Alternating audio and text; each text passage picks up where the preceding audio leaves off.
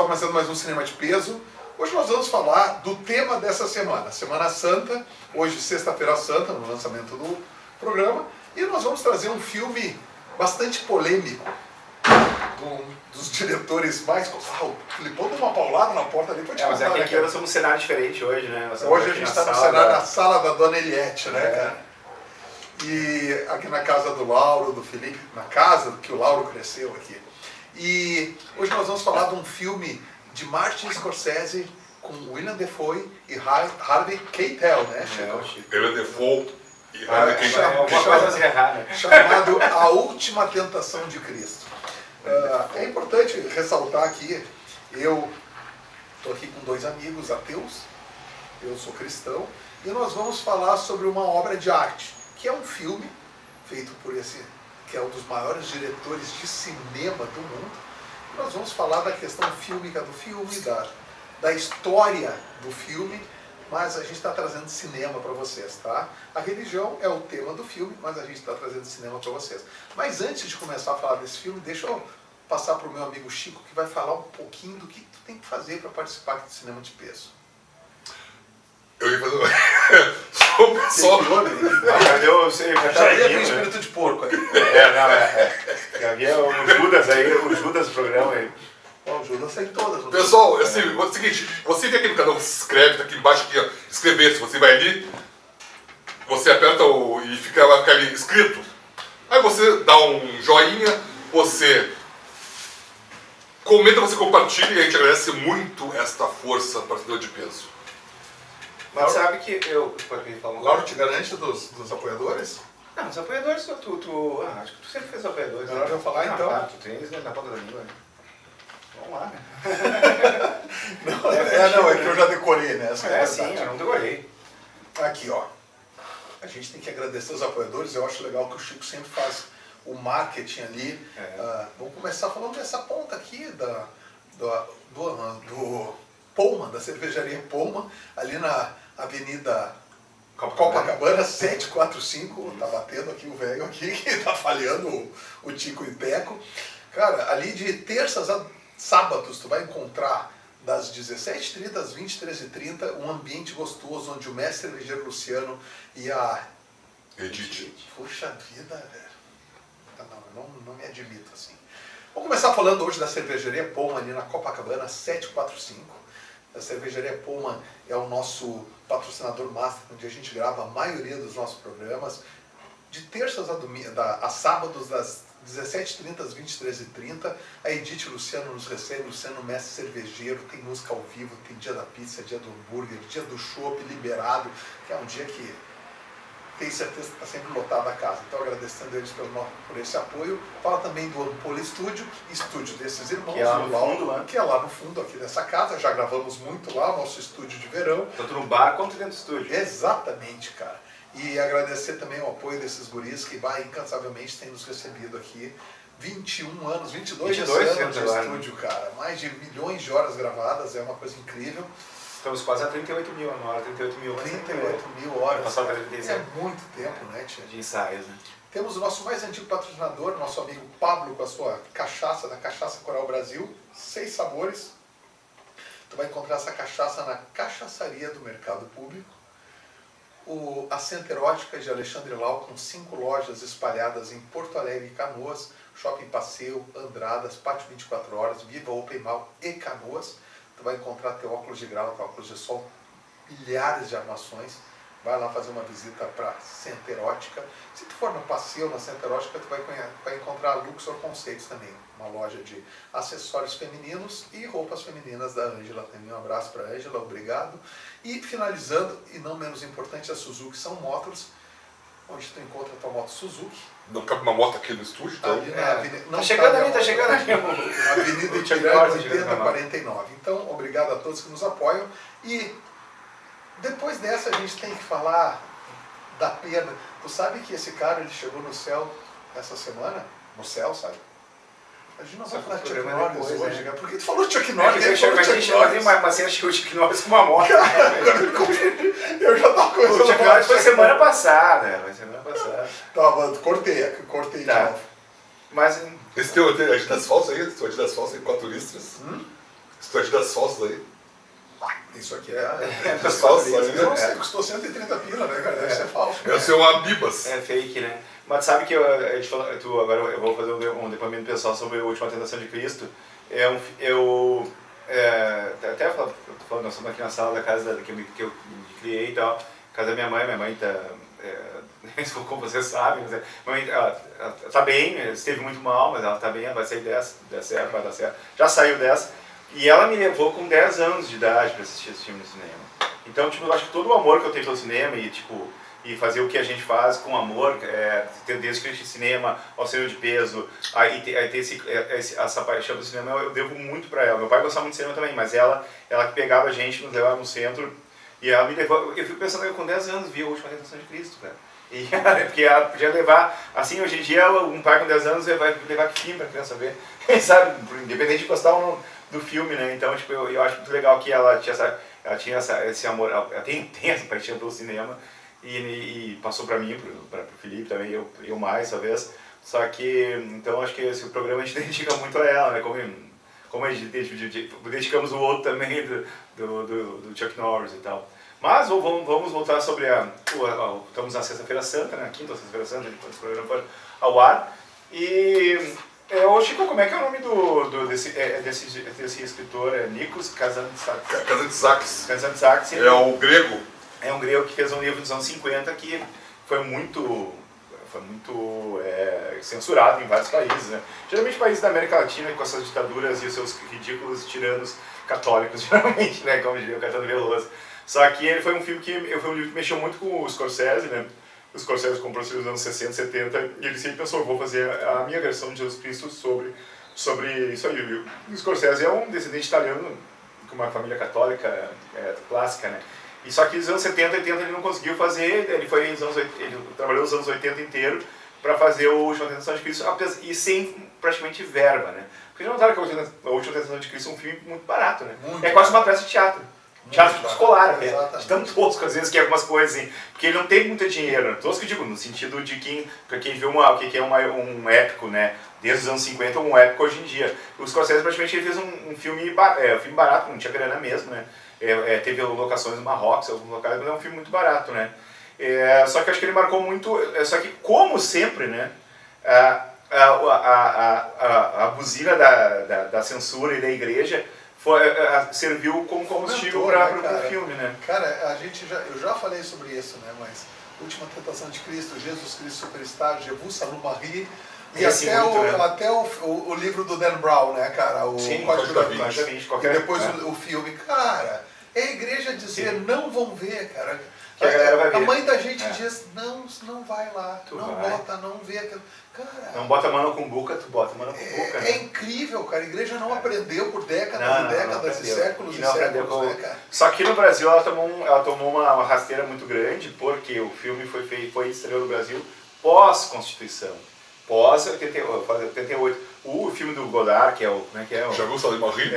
Ele ainda não tinha censura no Brasil, o Sarney, até o Roberto Carlos, muita gente assinou roteiros para censurar o filme. E esse filme, a Constituição acabou com a censura no Brasil. O Rio do Salve Marie, o pessoal fazia na URSS reuniões. Sim. Sábado de tarde para ver o filme. VHS pirata, né? Eu também vi no Padre Hells, assim, cara. Jesus. Viu onde? No Colégio Padre Hells. No Colégio Padre Royce, então. Cara, desculpa, o cara foi pra França agora uns dias atrás. Padre Royce. Ou depois tu desliga o abajur. Tu pergunta pra 99% das pessoas, eles vão falar Padre Hells. Mas assim, tu tá certo, só que tu tá errado. Mas assim, ó, Jesus tá. José taxista. Maria é uma empregada doméstica no subúrbio da França, francesa. Né? Mas agora, cara, a gente está falando de um filme onde aquele signo mais forte da igreja, né? Sim. O Jesus loiro de olho claro, né, cara? William Dafoe. Apesar que tem uma coisa que eu acho muito interessante do filme, talvez seja o primeiro filme mainstream que retrata aquela região do Oriente Médio com algumas fisionomias mais assim, digamos que árabes mesmo. Tem alguns figurantes bem mais árabes mesmo. Eles usam muita túnica mesmo, mulheres tapadas, como era realmente naquela época. Jesus não foge daquilo. Mas só que o o Jesus do William Dafoe, né? William Dafoe. Dafoe, quer dizer, o William Dafoe, ele era um Jesus, talvez o primeiro o Jesus humano, né? Assim, mais humano mesmo, assim, né? É que ele briga, ele discute, ele manda calar a boca, né? Ele não é um Jesus assim santificado o tempo inteiro, né? Isso talvez foi o grande mérito inicial da adaptação do Scorsese. E a grande briga da igreja, né? Porque tira a santidade. A santidade mitológica, né, cara? E o que acontece? Começa com Jesus como marceneiro, seguindo a profissão do pai, só que ele era um produtor de cruz, né, cara? Ele era um produtor de símbolo da morte, né? E carregar para continuar matando os romanos, né? Até isso, só falando bem uma coisa da cruz, Clima. Tu como um cristão, né? O pessoal está acontecendo muito hoje em dia a questão dos cristãos, eles terem escolhido a cruz como símbolo. Né? Porque imagina se aí o pessoal fala, imagina se ele tivesse morrido enforcado, seria uma corda. Se tivesse morrido empalado, seria um, né? Então o pessoal diz, cara, os caras escolheram como símbolo do cristianismo uma cruz, que foi o objeto que queria. Mas isso eu acho que é a questão da simbologia do sacrifício, né? Mas esse é o símbolo máximo do cristianismo. Porque só existe dentro do cristianismo uma salvação para a vida inteira por Jesus ter entregue a vida dele na cruz, o sacrifício do Cordeiro. Esse tipo de coisa. Mas tu tem razão, imagina uma cordinha pendurada. Mas não deixa assim, tipo, um outro ponto que é interessante do filme, que o Jesus, tanto do Novo Testamento quanto o Jesus do filme de Scorsese, ele se voltava muito com aquela questão do próprio sacrifício do Cordeiro, né? Mas é engraçado que, como judeu, porque Jesus é judeu, né? E tanto que os vendilhões do templo eles quebram tudo, que acho que aquilo está vendo uma zorra, que só tem sacrifícios inúteis ali e tal. E ao mesmo tempo a Igreja Católica é uma contradição, a Igreja Católica usou o sacrifício como símbolo, né? E Jesus era contra os sacrifícios dos bodes, dos bichinhos ali que eles faziam, né? Era uma coisa engraçada isso aí, né? Ali o mais grave que Jesus se revoltou foi ganhar dinheiro no templo. Também, os vendilhões, né? Os vendilhões do templo. Foi a única vez na Bíblia que Jesus se refere com que Jesus explode de raiva. De acordo com... Mas assim, o filme realmente começa mostrando e criando, cara, de um jeito muito humano, o jeito que ele foi conhecendo. A primeira relação que ele tem é com Judas, é um amigo dele de longa data. Que Judas tem quando eles falam. E Judas, ele é um conselheiro, ele é um cara que quer atiçar Jesus para as mudanças mesmo. Quem é o Judas no filme, ou Chico? Quem é o Judas no filme? Harvey Keitel, né? Harvey Keitel, né? O único que eu gosto do filme é a Barbara Hershey. Que é a Maria Madalena. E ela está muito bem no filme. Então eles pegam, eu acho que a gente não precisa contar o filme, porque a história bíblica, quem se interessa sabe, mas eles pegam muitas partes. Quando Jesus arregimenta os seus apóstolos, quando ele começa a falar por parábolas, e mesmo assim, cara, tem os comportamentos de povo que é apócrifo, quer dizer que o Scorsese usa um monte de licença poética ali para humanizar Jesus. Jesus chega também, daí Jesus cura o paralítico, Jesus ressuscita o Lázaro. A famosa, né? A famosa cena do Lázaro. Depois ele tem no final, que é a polêmica do filme, é o final, né? Mas só que também ao mesmo tempo é um filme que faz muito tempo que eu não vi o filme. Só que o Scorsese segue realmente muito próximo à vida de Jesus, com questionamentos, né? Coisa que um filme bíblico, sei lá, Rei dos Reis dos anos 50, 60, o Ben-Hur não tem nada a ver com Jesus, mas só tem um Jesus próximo. Qualquer filme que fala sobre a SPT de Jesus Cristo, era um Jesus Cristo muito... Ele tinha certeza do que ele está fazendo. O Jesus ali, ele realmente ele tem dúvidas o tempo inteiro, né? Ele é um humano, né? Isso é que eu achei muito legal do filme, né? Esses questionamentos internos, né? Até quando ele vai pro deserto, que é a famosa... Tem até o leão, que é o diabo. E é muito bem feito, aquela Nádia que aparece, né? E ao mesmo tempo a Maria Madalena é uma tentação para ele também, né? É muito importante no filme, né? Até a pré-final, né? Que depois a gente vai falar sobre o final. Mas a Maria Madalena, ele sempre foi... E ela mesmo se questionava porque ela não sabia que ele era o Messias, né? Ele nem sabia, né? O jeito que ela tenta ele, né? Ela E ele também ele se contorce, né? O homem se O contorce. Jesus ali do filme, Ele ele, se ele contorce. tem as suas dúvidas carnais. Sim, total. É isso que trouxe a polêmica toda, né? Ele é humano demais durante o filme. Porque o Jesus bíblico, ele tem 2 momentos que ele vacila como ser humano. Quando ele diz, se possível, lá no jardim de Getsemane, antes dele receber o beijo de Judas, se possível, afasta de mim esse cálice. E também... É bonito. E também no caso da cruz, porque me desamparaste. São os 2 momentos que Jesus é mais humano, que ele se sente abandonado por Deus. Sim. Mas o Scorsese tem o triunfo do Scorsese é trazer muito mais humanidade para esse Jesus. Não, total. Tanto que quando ele entra sentado no jumento em Jerusalém, ele entra com tipo de impor a ideia dele na violência. As ideias dele, né? E o William Dafoe,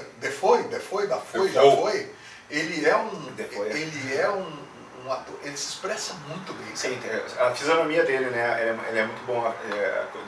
Naquela época ele era muito jovem, né? Acredito, né? É um velho jovem, né? Eu realmente não sei qual. Tem que ser 32, 33 agora, né? Tem 5, 36 anos. Ele tinha saído do Platoon, né? Platoon, né? Logo depois de Platoon. É um filme que a gente tem que falar, cara. 86, 88. Vietnã, eu não cheguei porque a gente falou tantos filmes de Vietnã que eu não... Charlie Sheen, mas é um clássico, né? Outro filme de Oliver Vietnã. Stone. O que eu tava pensando, já que a gente viajou pra Vietnã, Nascido para Matar também. Nascido para Matar. O Michael Jackson, Good Morning Vietnã. Tem milhões de filmes. Tem muito filme Foi bacana. Nascido 4 de Julho, é bom. É que também fala sobre o pós-Vietnã, né? Amargo Regresso. Não, o 4 de julho, ele fala pré, durante e pós, que é né? muito bom. Mas E assim... tem o Forrest Gump também. Quem Quem já falou dos meus filmes, eu sei, eu tô lembrando Tem aqui. muita coisa. Sim, que é tanto filme que eu quero... Vamos pra Jerusalém. O primeiro que a gente falou foi Apocalipse Sinal, né? Vamos voltar para quando não Jerusalém. tinha metralhadora, que usaram pedra para querer matar Maria Madalena, porque ela era uma mulher da vida, né? A melhor cena do Vida de Brian do apedrejamento. Mas daí é outro filme, né, Chico? Porque como é que é nessa distância, eu nunca errei, é isso? Essa que é a piada? Mas assim, quando Jesus, cara, eles apedrejam ela ali no filme mesmo, ele chega para evitar quem tiver pecados que ele tire a primeira pedra, daí até intima o cara, começa Mas tem um cara que diz que não tem, né? o cara não tem pecado, e Jesus diz, tá isso da tua vida, daí o cara se borra borra todo, sabe? Então, ele segue uma linearidade, essa palavra eu errei, Linearidade. Difícil, né? da Bíblia, mas sempre dando uma contestadinha, mostrando Jesus humano, mostrando Jesus falho. E o Jesus que eu achei muito legal, que até que eu acho que ser uma lição para todo mundo que é cristão, evangélico e digamos que acha que conservador, acho que cada um tem o seu jeito de ser o que ser, não, mas só que ser de, por exemplo, de direita e tal, cara, o Jesus sempre foi um revolucionário, sempre foi um contestador. Isso aí desde na Bíblia, tá? Só que os caras nunca interpretaram direito isso aí, né? E o que acontece? Ali no filme, ele quer mudar. E quando ele fala, sabe, tipo, não adianta mudar, só que ele começa de uma maneira, né? A maneira que ele fala que é muito interessante até para pessoas, alguns revolucionários, acho que também, e pessoas também até progressistas que acham que as coisas se mudam. Não. Primeiro a gente tem que mudar a cabeça das pessoas, né? Para depois a gente impor, né? Só que o Jesus ele começa com o amor, né? Primeiro ele queria na base do amor, só que depois ele vê que não, o amor não vai dar certo. Daí ele começa, não, vai ser com a base da imposição do poder e daí chega um momento que o Jesus ele é até meio arrogante, né? Porque ele chega, vem cá, fica uma coisa assim, não tá enxergando, vem cá. Ele vira um super-herói. E os caras, meu, tá faltando vinho, até um quadrinho dele dos caras. Tô falando dele. Vai lá, rapaz. As bodas tem lá o vinho. Porque daí os convidados dizem, tu guardou o melhor vinho até pra depois, quando ele transformou água em vinho ali, né, cara? Isso é uma cara de arrogante. Foda-se. Tudo isso que está acontecendo, tudo isso que a gente está falando aqui, leva para o descontentamento do governo central. Sim. E Jesus é denunciado, vamos dar spoiler, né, cara? Ele foi preso. Pois é, né? Ele é preso, Judas dá um beijo no rosto dele, a orelha do soldado é cortada, ele põe a orelha de volta, quem viver pela espada morrerá pela espada. E eu gostei, cara, daquela referência, quando ele está caminhando com aquela parte da cruz, que é tão estreito o corredor que ele tem que andar meio na diagonal, sabe? Eles apertaram eu acho que o ambiente. Isso é até uma questão de, eu acho, tanto de orçamentária, como acho que tem que for da marcassofobia mas também. simbólico, claustrofóbico, eu acho. Só que antes quando Jesus foi preso, né, além de a gente ter falado desse papel do Judas, que é o Harvey Keitel, que é muito importante no filme, ele é um cara que é o primeiro filme que realmente dá voz a Judas, né? Porque Judas, na verdade, é quase, pro cristão, é quase uma palavra proibida, né? Quase como falar capeta é Judas, né? E tal, né? Como eu falei, acho que... Curiosidade, existiam 2 Judas entre os 12 apóstolos, o Judas Tadeu e o Judas Iscariotes, tanto que tem a faculdade de Judas Tadeu. Sim, Judas Tadeu, né? E tanto que Judas praticamente é um nome proibido, né? Sim. Não, acho que não uma criança chamada Judas. Eu gosto da banda, Judas Priest. O Judas Priest, mas aí só virou nome trocadilho dos bons, né? Só que fala sobre esse jeito de falar pro Judas, que Judas era o melhor amigo de Jesus no filme. Praticamente. No filme era. Não sei se na coisa, acho que na vida real, na vida na real, história da Bíblia, na história da Bíblia, é que aquilo, o Chico não acredita, e tem todo o direito, na história da Bíblia é Pedro que é o melhor amigo de Jesus ali, né? E que negou aquele 3 E vezes. que depois negou 3 vezes. A gente diz, né? Os únicos que ficaram foram as 2 mulheres, que é Maria e Maria Madalena. O resto tudo ó. Mas até no filme também tem um momento que ele tá tão arrogante que ele renega a mãe dele também, né? A Maria quer falar com ele, não fala, tem um momento do filme que Jesus tá tão assim fodão. Que daí puxou para quando Jesus tinha 12 anos e ela perdeu ela no templo. Eles fizeram uma mistureba. Ela perdeu ele no templo, quando ela voltou lá. Tava ele falando para os grandes mestres, né? E ele disse que eu não sou teu, eu sou de Deus, eu vim para o mundo. Mas nessa prisão... É um guri rebelde. A gente tem 2 ícones pops que estão no filme, né? Primeiro a trilha sonora Peter Gabriel, é uma sonora anacrônica, assim, mas é do Peter Gabriel, que é quem sabe do Gênesis. E o Pôncio Pilatos, quem é Pôncio Pilatos? David Bowie. Cara, e que simplesmente papo... o melhor cantor pop. Cara, que papo bacana que os dois têm ali. Eu acho que é a melhor cena entre Pilatos e Jesus de qualquer filme. Mel Gibson e... Porque o Mel Gibson fez um filme redondinho pra agradar católico, né, cara? Claro, não, é um filme... Aliás, quando a gente fez como é que é o nome do A Paixão de Cristo? A Paixão de Cristo, eu assisti a última citação. Cara, não sei como alguém consegue ver um filme quando era pra ver outro. Isso acontece. E eu já fiz 3 vezes. Quem lembra? E Pedro negou 3 vezes. Mas só que mas tem uma cena que é um trocadilho legal, que eu não sei se fizeram de propósito, mas é que é muito legal. É que ou quem conhece a obra do David Bowie, que ele começa a falar sobre mudanças, né? Daí eles falam pra ele, o Jesus, mas o povo, a gente precisa mudar, precisa ter mudanças e tal. Daí o David Bowie ele fala, né, o Pilatos, não, a gente não precisa de mudança, não precisa de change. E uma das músicas mais famosas do David Bowie é Change, né? Eu acho que ele botou aquilo ali, que achou legal. Ele ficou, não precisamos de mudanças. Porque a música dele pedia que todo mundo tinha que se mudar no Changes, né? Musicaço dos anos 70 dele, né? Mas ali é uma cena muito legal, deve ser de 8, 9 minutos aí do Pilatos. É interessante, porque não tem pressa. Fotografia é excelente nessa hora, é excelente. Então eu digo assim, ó, como se, cara... Eu tiro um pouco, cara, pra Glauber Rocha, alguma coisa assim, sabe? O Dragão da Maldade, aqueles filmes tipo câmera na mão e o ambiente que tinha. É uns Scorsese mais eu posso por isso falando sobre imagem, sobre fotografia. Claro. Aí eu fiquei pensando, né? Eu confesso, eu não queria fazer filme, né? Porque a questão do ateísmo. Mas eu pensei, cara, eu vejo tudo filme de ficção, um monte de filme, também tudo de ficção. Filme de vampiro. Esse é mais um pra mim. Filme de vampiro existe? Vampiro, zumbi não existe. Aliens não existe, lobisomem não existe. É mais um filme de ficção pra mim. Pronto, deu, né? Isso que nós estávamos comentando, né? Que eu acho que o importante até porque é um filme de arte. E apesar que talvez o que representa mesmo Eu tô me considerando porque eu acho que eu fui picado por um mosquito. Isso aí, essa época do ano, né? Março. Choveu, né? Então estamos... Né? Mas voltando agora... A prisão do Jesus com... Jesus é preso no jardim de Getsemane e é levado para essa reunião com Bowie, fantástica. Então a fotografia do filme é limpa, é bonita. E ele não fala aquela coisa escolher entre ele e Barrabás, ele é açoitado. A cena de colocar coroa é um símbolo muito forte, muito bacana, então ele sai... E o filme já dá um spoiler no início, quando tu colocar a primeira cena, aquela cena do primeiro preso, que que ele vendeu aqui, ele fez aquela cruz, dá um spoiler do que vai acontecer com ele, né? O que vai acontecer com ele. Então ele é levado e crucificado nu. Interessante, né? Aquela posição que ele fica Sem nu, o pano, né? mas em alguns momentos mostra quase que tu vê a genitália dele mesmo, cara, sabe? Só a questão do foco mesmo. Que ele dá uma desfocadinha, mas é quase que tu vê a genitália de Jesus, assim, o que é um escândalo para a igreja. Então o Scorsese não estava nem aí para o que escandalizar. Era a paixão e morte de Jesus Cristo a partir de Martin Scorsese. Sabe? Não, só o roteiro é do povo. Ele chegou a ser. Eu não me lembro, chegou na época a ser considerado tipo assim, ser.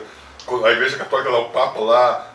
Não, o Papa não é expurgar, né? Excomungado. Não, eu acho que não, cara. Eu acho que o João Paulo não se preocupa. O João Paulo tá mais preocupado em viajar naquela época. Não. Ele estava preocupado em 88 em derrubar o sistema comunista. O polaco queria derrubar. Não, mas eu acho que não. Que o turco foi lá só que ele foi muito proibido, né? Realmente, tipo.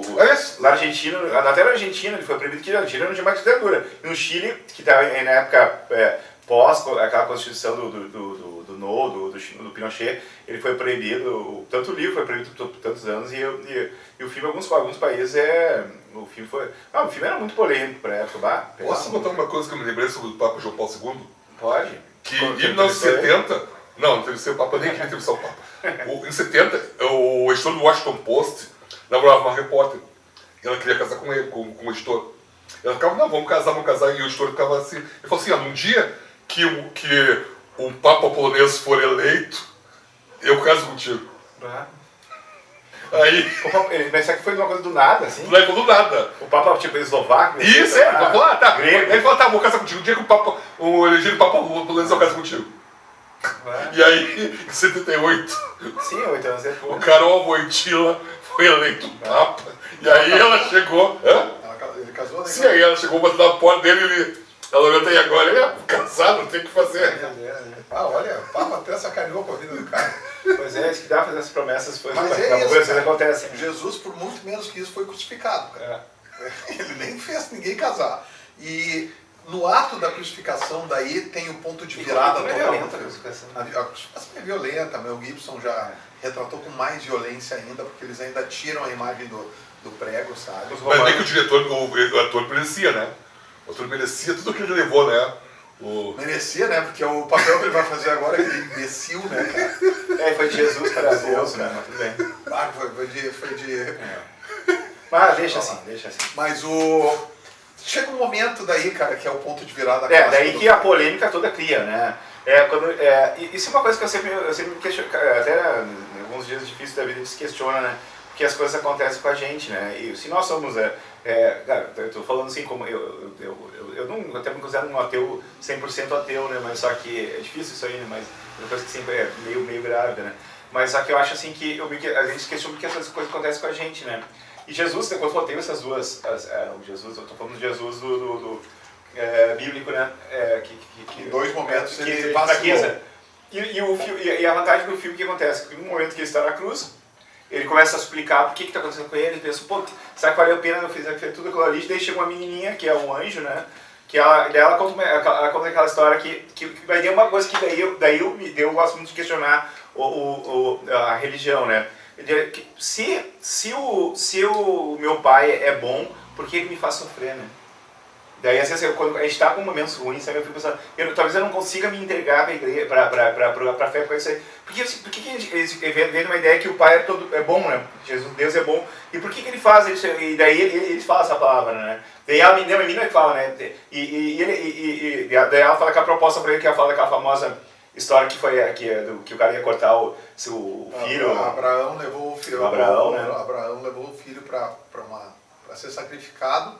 No momento do sacrifício, Deus disse, não precisa, só queria ver se tu ia fazer mesmo. Não, exatamente, Deus que ela que puxou a mão da faca na hora do corte, né, então, daí o que acontece? Ela faz uma proposta indecorosa, né, espera uma resposta de Jesus, fazendo uma brincadeira com o farol de caboclo, e daí o que acontece? É um delírio, né?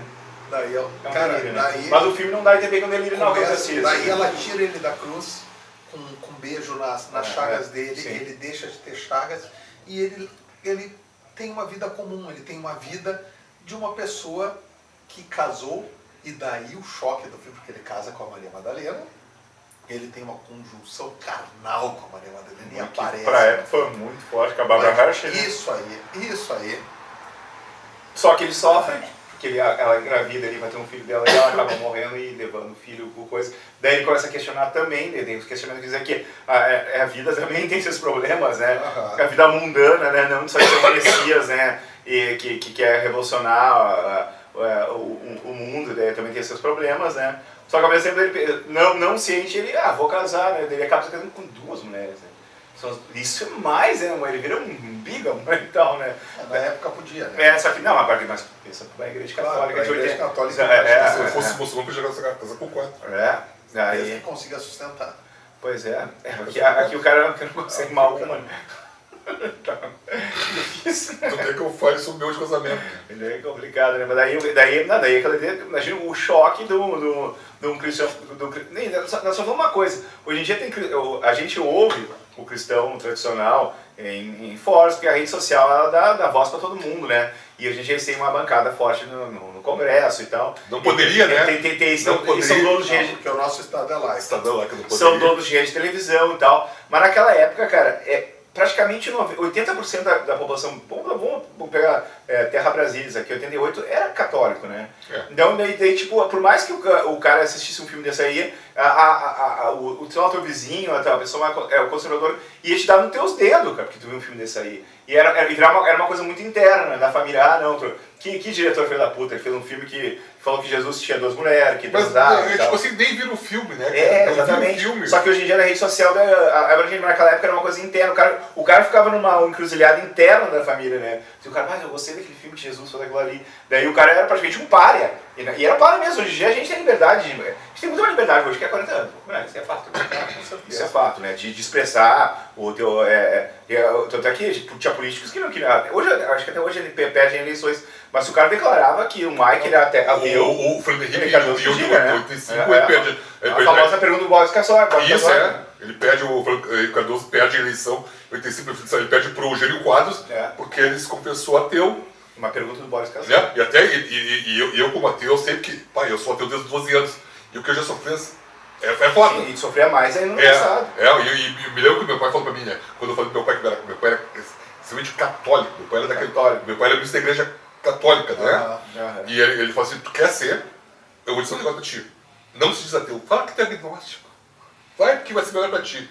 E eu, muitos anos, eu sou ateu, as pessoas me perguntavam, eu sou agnóstico. Porque agnóstico é aquela coisa, tem a dúvida, né? Aquela coisa toda. Não, hoje eu já me considero um agnóstico. Mas aí, não, só que eu sei, aquela coisa, fui ler a Bíblia, fui estudar a Bíblia e não fecha. Mesmo que a Bíblia é um apanhado de coisas de outras culturas, né? Na verdade é um apanhado oral, né? E fiz que passaram para escrita. Né? Isso, e apanhado de coisas de coisas. E paganismo, né? Paganismo, tudo, né? Então. Mas assim. Mas é interessante, é um tipo de polêmica. Testemunho é importante, cara. O preconceito. Claro. Eu estudei em colégio católico, sendo luterano, eu sofri preconceito. É complicado também. Imagina, também cristão é cristão, sabe? Só que Jesus ali, cara, a vida dele não é boa, né? Essa vida mundana dele. Ele perde a mulher, depois ele tem filhos com as outras 2 mulheres, né? Mas daí dá um pulo temporal logo pra morte dele, rapidinho. Um velhinho, né? Ele velhinho, deitado no leito de morte. Tinha 52 anos pra época, um velho homem. Quem volta ali foi o traidor dele, que é Judas. E Judas desperta ele daquele transe. Mas tem Fala. outra passagem que ele encontra o Paulo, acho que era, o que tá pregando, Pedro que tá pregando. Eu tô com pregando é difícil, né? Ele é também um rato roeu a roupa do rei de Roma. Daquele que o cara tá falando sobre a experiência dele com o Messias e tal. E ele acaba, ao mesmo tempo, ele fica na dúvida, puta que pariu, eu mexi a cabeça da galera, mas ao mesmo tempo eu desisti. Só que ao mesmo tempo ele fica brabo com ele e dá dizendo que daí saiu, ressuscitou, ele, não, eu tô aqui, ele dá um pito literalmente no Pedro ali, né? E aquilo é importante que mais ou menos aquilo ali é uma espécie de uma felicidade não se compra na vida de Jesus, né? como é que seria a vida de Jesus sem Jesus. É um pouco de Natal. O Dickens falou, né? É a vida de Jesus sem Jesus. Como é que seria, né? Os fantasmas do futuro dele, né? Só que porque aquelas pessoas tentaram de alguma maneira ainda seguir, só que elas ficaram sem pai nem mãe ainda, porque Jesus abandonou a causa, né? Isso acontece muito às vezes. Vamos botar uma coisa meio que assim, de ideologia, né? Às vezes o teu cara que era o teu ídolo, ele te abandona, né? Só que tu foi mudado da tua cabeça, né? E Jesus abandonou eles. Né? E dentro da história bíblica, da teoria ali, do que se fala, Judas se enforcou depois que ele recebeu as 13 moedas de ouro, os 30 moedas de ouro. E segundo o Judas, foi Jesus que fez ele com ele, que obrigou ele a trair ele, né? Porque estava escrito. Porque estava escrito, exatamente. Só que Judas vem lá corrigir o erro que Jesus estava fazendo e mostra para Jesus que aquela anja que tirou ele da cruz era um demônio. Era o capeta. Por quê? Porque o plano de Deus era o sacrifício do filho. E se não fosse o está consumado, nossa, o gato tá... Falei, está consumado, o capeta se manifestou. Por quê? Porque era o Mefistófeles, né? Os gatos de bruxa pretos, né? Na Idade Média. Então, Jesus... Eu não entendo como é que o clima não é ateu, cara. Não consigo entender. Não é isso. Eu sei, Cristian. Não estou provocando. Eu não consigo entender. Ele tem uma caloria tão grande. Sabe qual é o preconceito que tu tem? O meu amigo é muito lúcido para ser cristão. E isso diminui um cristão. Esse teu pensamento, infelizmente. E como tem cliente que é muito inteligente. Mas eu entendo o que tu está falando. Eu respeito a tua opinião e sempre vou respeitar. E não vou ter um piti essa vez. Mas assim...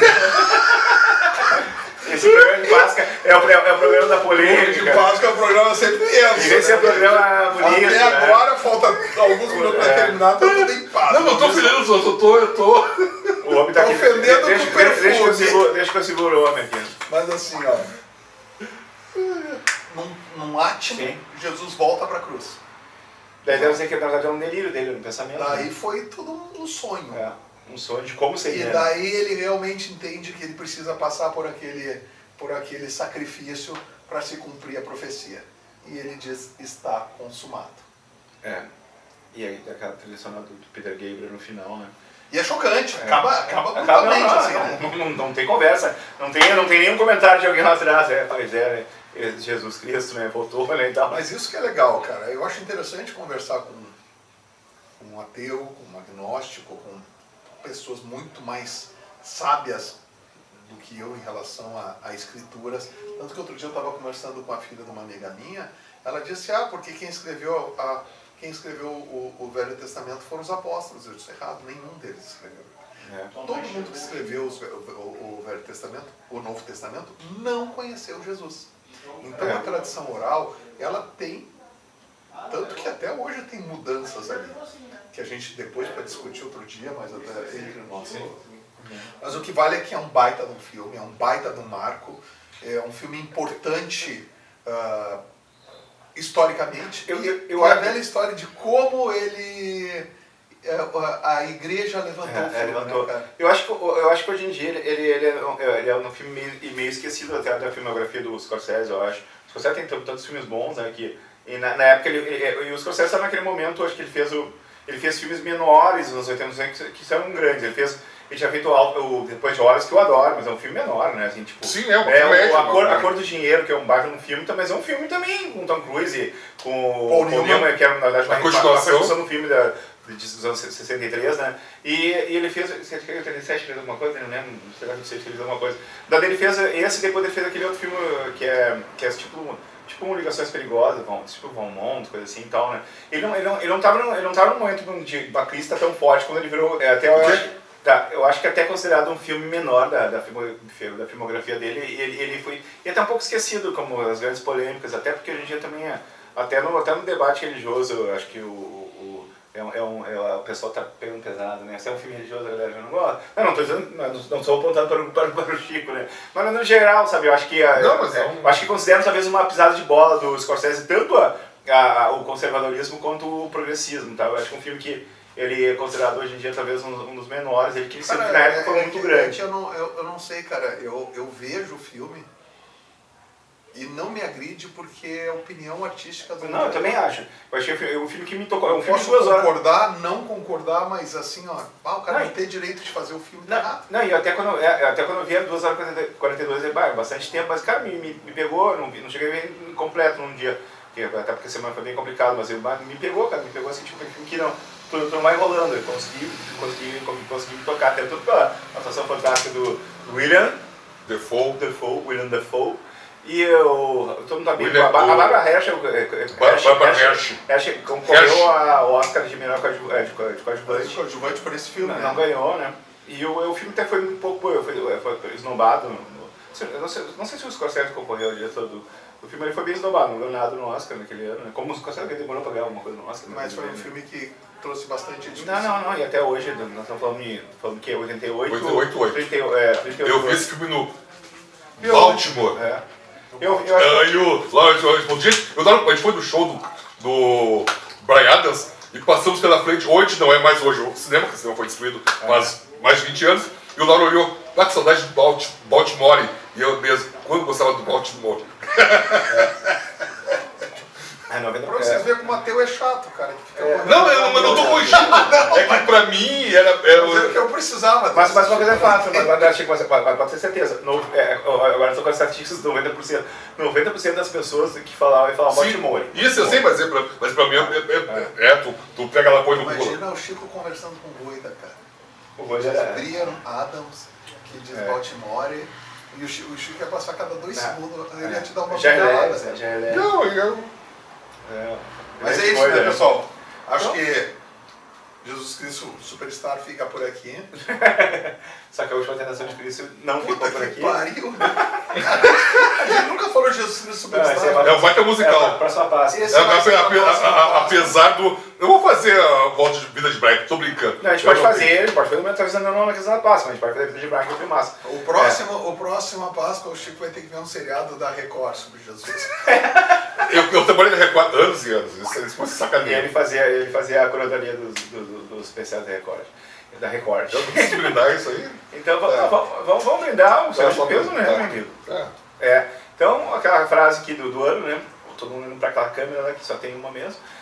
Vida longa ao cinema de peso. Vida longa, cinema de peso.